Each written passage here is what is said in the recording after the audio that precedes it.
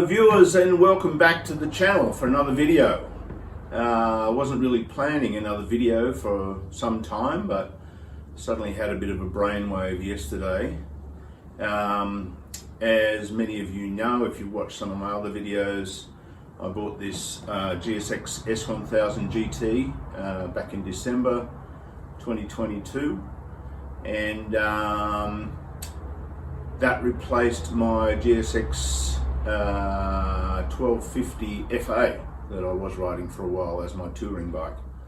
So as with any new bike, I've been playing around with the ergonomics of this thing, which you should always do when you get a new bike, is adjust the gear change lever, adjust the rear brake lever, adjust the hand levers to sort of suit the way you sit on the bike. Maybe play with the handlebars. I've been doing a fair bit of that because I find that the bars on this bike are a little bit strange. They sort of, the angle of the hand grips is sort of angled up and back a bit too much. I don't know, there's something that when you sit on it, when you sit on a bike, you just think something's not quite right. So I have ordered some new handlebars, Reshape MA009B. That should be arriving in the next few days. Heading off down to Phillip Island for the MotoGP in about 2 weeks. So I want to get this sort of right before we leave. That'll be the first big ride I do in this bike. Now the other thing I thought of while I was trawling through the GT Facebook group, somebody mentioned changing the handlebars, but they also mentioned changing the seat. Now I know that you can get aftermarket seats and get them reupholstered, etc. But on my previous bike, the GSX 1250 FA, the seat on that was pretty uncomfortable, and I decided that rather than buy a new seat, I would just reshape the existing seat. It had quite sharp edges on the side, and was reasonably flat as well. So after riding it for a very short time, it was fairly painful. So what I did with that one is, rather than buy a new seat, I simply just peeled back the vinyl on the seat and then reshaped the foam underneath, so that you're sort of sitting more in the bike rather than on the bike.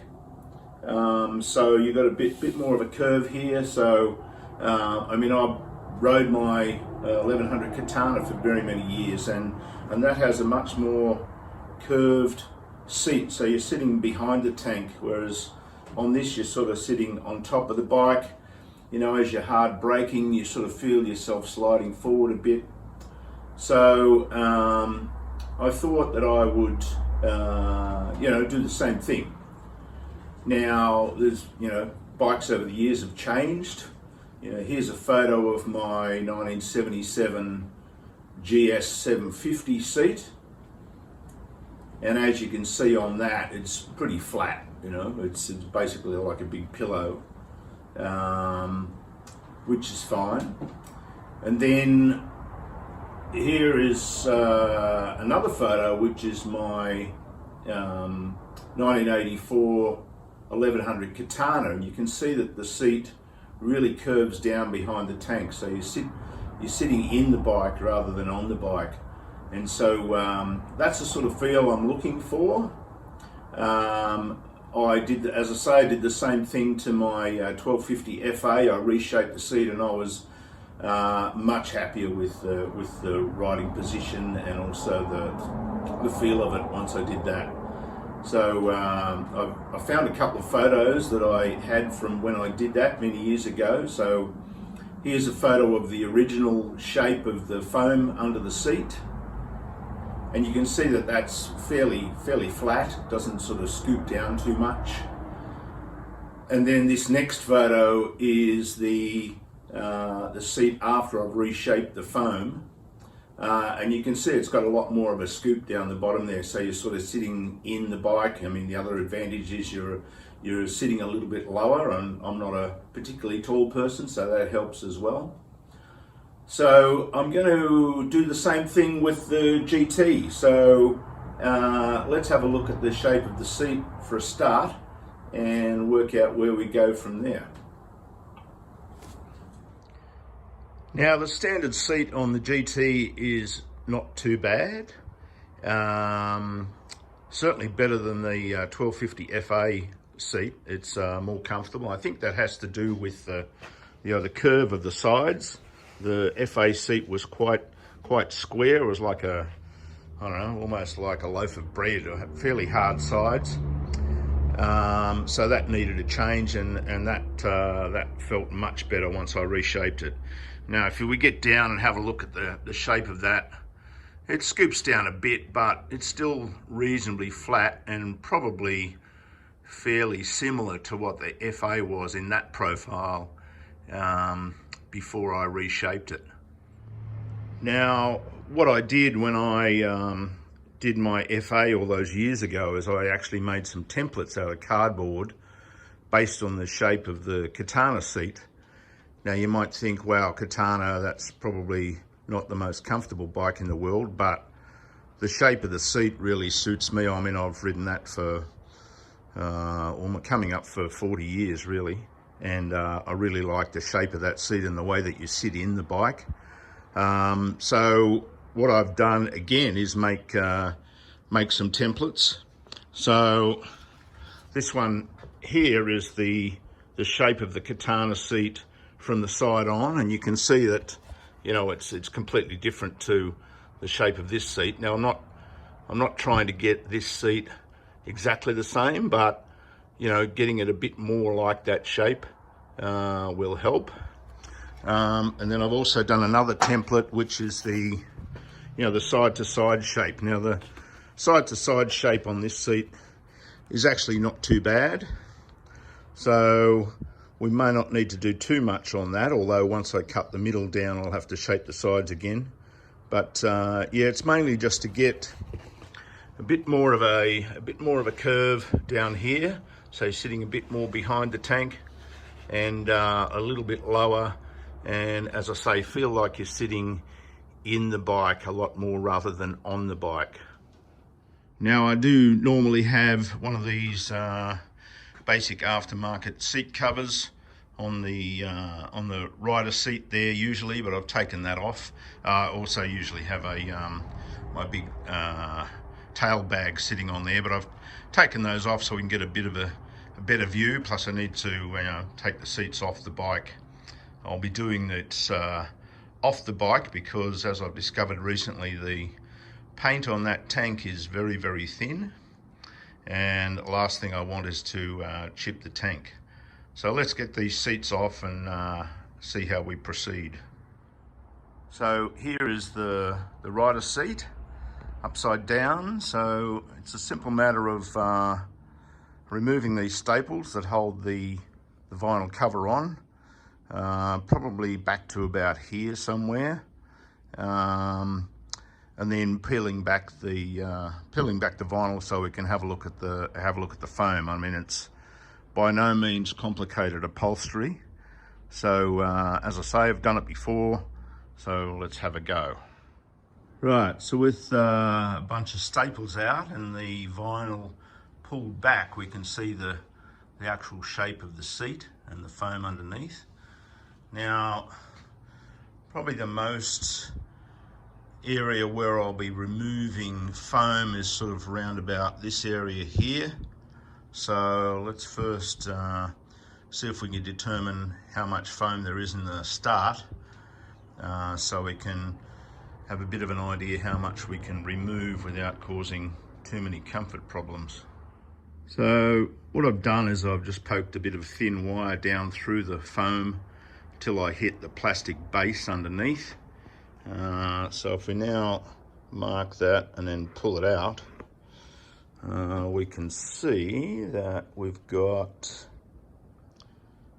about 6 centimeters of foam underneath there. So I'm sort of thinking I could easily go 2 centimeters, maybe even 3 before I have too many comfort problems.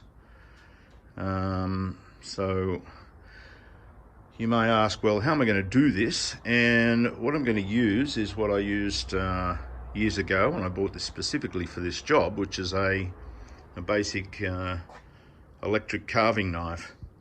So that'll be used for the initial rough shaping, and then once I've got the rough shape, I'll then use some sort of sanding or something to smooth out the rough edges. So I basically marked where the center line of the dip that I wanted, and then pretty much carved out 3 slices, going slowly. So I've measured those, and I reckon I've taken out about 2 centimeters.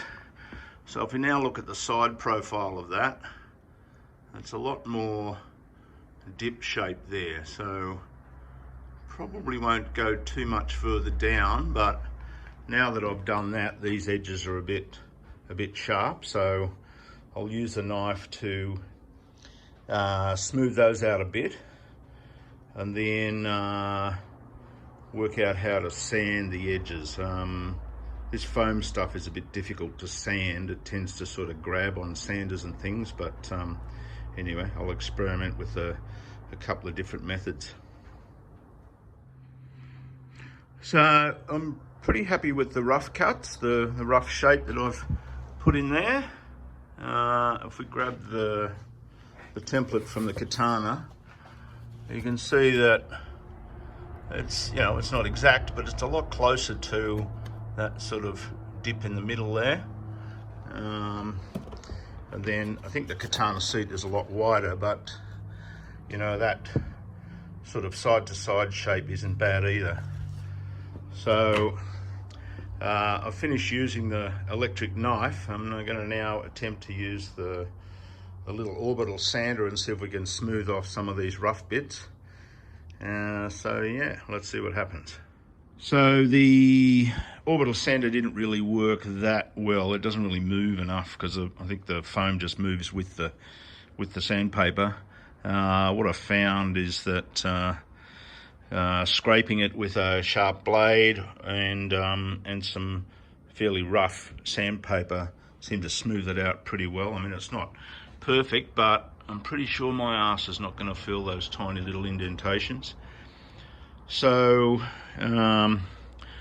what I'll do now is just temporarily pull the vinyl back over, reinstall the seat, and see how it feels.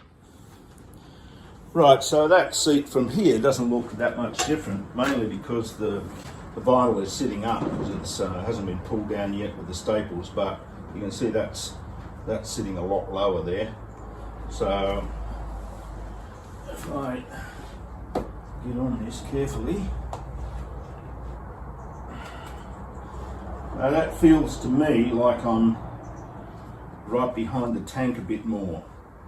I'm sort of hard up against here rather than sitting on top of it. Obviously, I won't really know until I've taken it for a ride, but so far I think I'm happy.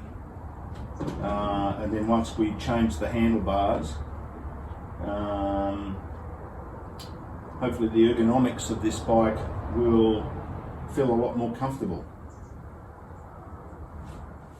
Right, so after sitting on it a few more times for a period, I think I'm going to take a little bit off this sort of area here, which I can sort of feel. So I might round that area out a little bit more. Right, so I did take just a little bit more off this area here on both sides, and then sanded it down. And just test tried that, and yeah, it certainly feels better. I'm not feeling those edges anymore. So all we're going to do now is staple the vinyl back on, reinstall it, and then take it for a test ride. Okay, so I've put some staples back in. I haven't put the full amount because you never know, it may need to come back off once I've ridden it, but that's enough to keep the vinyl in place at the moment. Right, so put it back on the bike with the seat cover on it, because that's the way I'm going to be riding it. So I'll take it for a bit of a ride and see how it feels.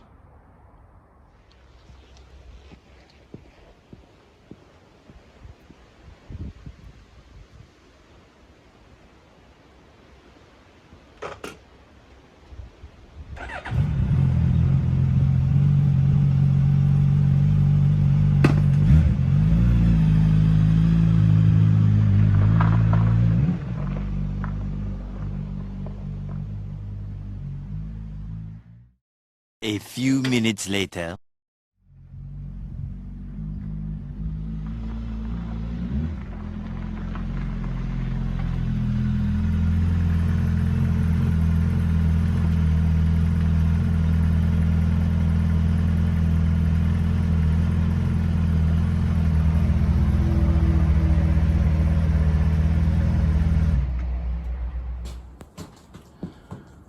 Right, well, after a test ride, that definitely feels better to me. You seem to be sort of sitting behind the tank rather than up here. I didn't get that feeling like when you're on the brakes, you're sliding forward and you have to sort of push yourself back. And you can sort of grab the tank with your legs a lot better. So it's, yeah, starting to feel a lot more like the riding position on the 1250, which I really liked, especially for touring. We've got a few thousand kilometres coming up down to Phillip Island and back, so we'll see how the comfort level is. But yeah, as I say, quite happy with that, and it's, yeah, that literally took me 2 hours, and to me that feels like a much better riding position. As I said, I'm changing the bars.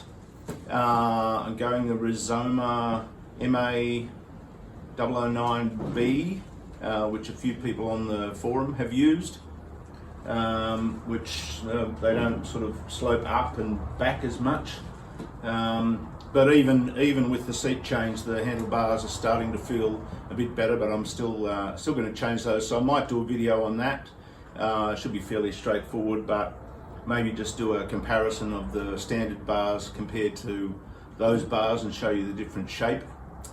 But yeah, thanks for watching. If you like this video, give it a thumbs up, and if you're interested in this stuff, give me a subscription, and we'll see you in the next video. Bye now.